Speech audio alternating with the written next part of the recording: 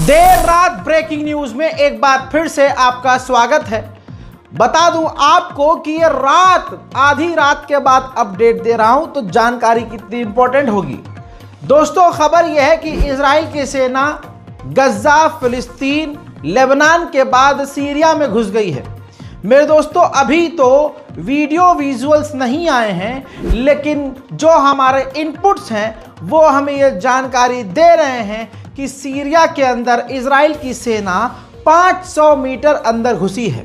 यह बात आप पहले से जानते हैं कि इजराइल की नीयत आसपास के देशों के लिए सही नहीं है। इजराइल के फाइनेंस मिनिस्टर का कल का वीडियो में बयान सुनाया कि उन्होंने इजिप्ट, सीरिया, लेबनान, गजा और भी कई यानी इराक, तुर्की और कई और इलाकों का नाम लिया, जिस पर उन्होंने कहा कि हमारा राज होगा। जानकारी ये भी है हमारे पास कि जिस जगह इजराइल की सेना ने घुसपैठ सीरिया में की है, उस जगह रूस की सेना तैनात हुआ करती थी, लेकिन अभी कुछ ही समय पहले रशिया की सेना सीरिया के उन इलाकों से थोड़ा पीछे हटी है, जिसका फायदा उठाकर अंतर्राष्ट्रीय कानून का उल्लंघन एज यूजुअल करते हुए इजराइल की सेना 500 मीटर सीरिया के अंदर घुस गई है। पत्रकारों ने जब एर्दोगान से पूछा कि इजराइल अगर सीरिया में घुसता है, घुसने की जो बात कर रहा है, उस पर आपकी क्या प्रतिक्रिया है, तो आपको बता दूं कि रजब तैयब एर्दोगान ने कहा कि सीरिया के अंदर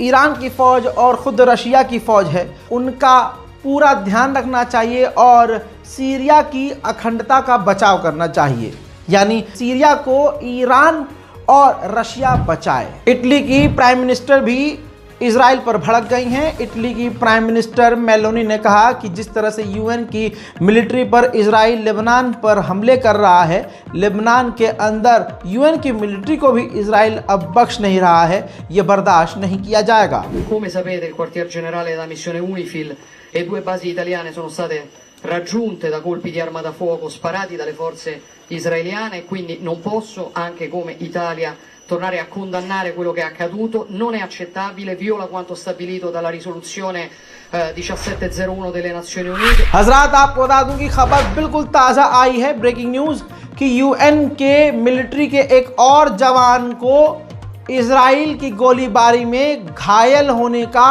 अपडेट दिया जा रहा है। जी हाँ, एक और यूएन के मिलिट्री पर्सन इजराइल की गोलीबारी में घायल हुए हैं। वहीं मेरे दोस्तों, यूएन की मिलिट्री घायल होने के बाद भी, इजराइल की बमबारी के बाद भी साफ कह रही है कि वो बॉर्डर से पीछे नहीं हटेगी। उधर मेरे दोस्तों, 104 यूएन के मेंबर ने इजराइल की निंदा की है कि यूएन के एंटोनियो गुटेरेस को इजराइल ने किस हक से बैन कर दिया है। अब जाकर जब यूएन की मिलिट्री पर इजराइल गोलीबारी कर रहा है तो यूएन को होश आ रहा है। वहीं आयरलैंड के पीएम एक बार फिर से इजराइल पर भड़क गए हैं और कहा कि यूएन की मिलिट्री पर गोलीबारी करना बंद करे इजराइल। वहीं यूएन ने साफ तौर से कहा है कि इजराइल की बमबारी में गाजा में हर दिन 10 बच्चे अपने हाथ या पैर खो रहे हैं। Humanitarian partners report that women and children are hard hit by the trauma of this war. Each day, according to UNRWA, 10 children are losing one or both of their legs. Gaza is home to the largest cohort of child amputees in modern history. Women are 3 times more likely to miscarry and 3 times more likely to die from childbirth. And yet, humanitarians are not giving up. Madam President, we also remain deeply concerned about the worsening situation in the West Bank. Over the past year, Israeli military operations, along with the rampant settler violence and house demolitions, have led to Israel की बमबारी की वजह से Gaza में 3 गुना miscarriage बढ़ चुका है। माएं बच्चा पैदा करने से पहले ही बच्चा खो रही हैं। इजराइल की खौफनाक बमबारी में अब तक 42,175 लोगों की गजा में मौत हो चुकी है। उधर जापान में इजराइल के खिलाफ प्रदर्शन तेज हो गए हैं।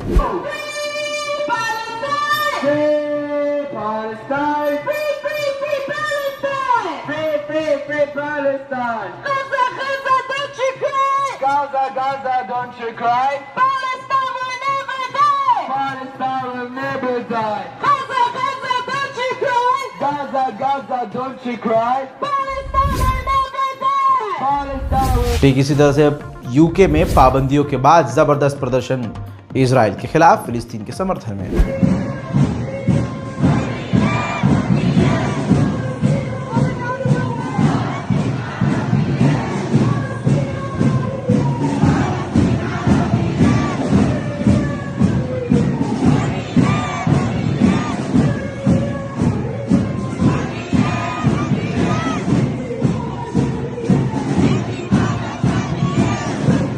अब तो फ्रांस की सरकार ने भी अपनी जनता के आगे घुटने टेक दिए हैं।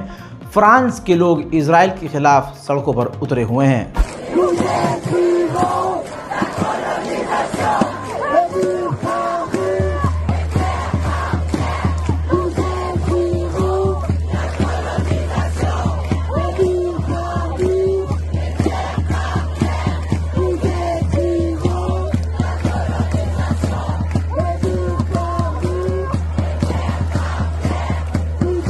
अब वापस आपको इजराइल लेकर चलूं तो इजराइल में नेतन्याहू के खिलाफ ज़बरदस्त प्रदर्शन खुद यहूदी कर रहे हैं।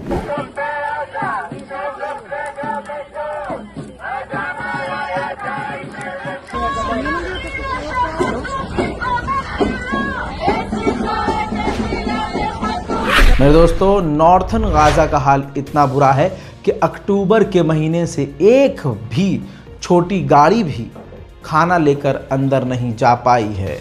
नॉर्थन गाज़ा में पूरी तरह से भूखमरी है।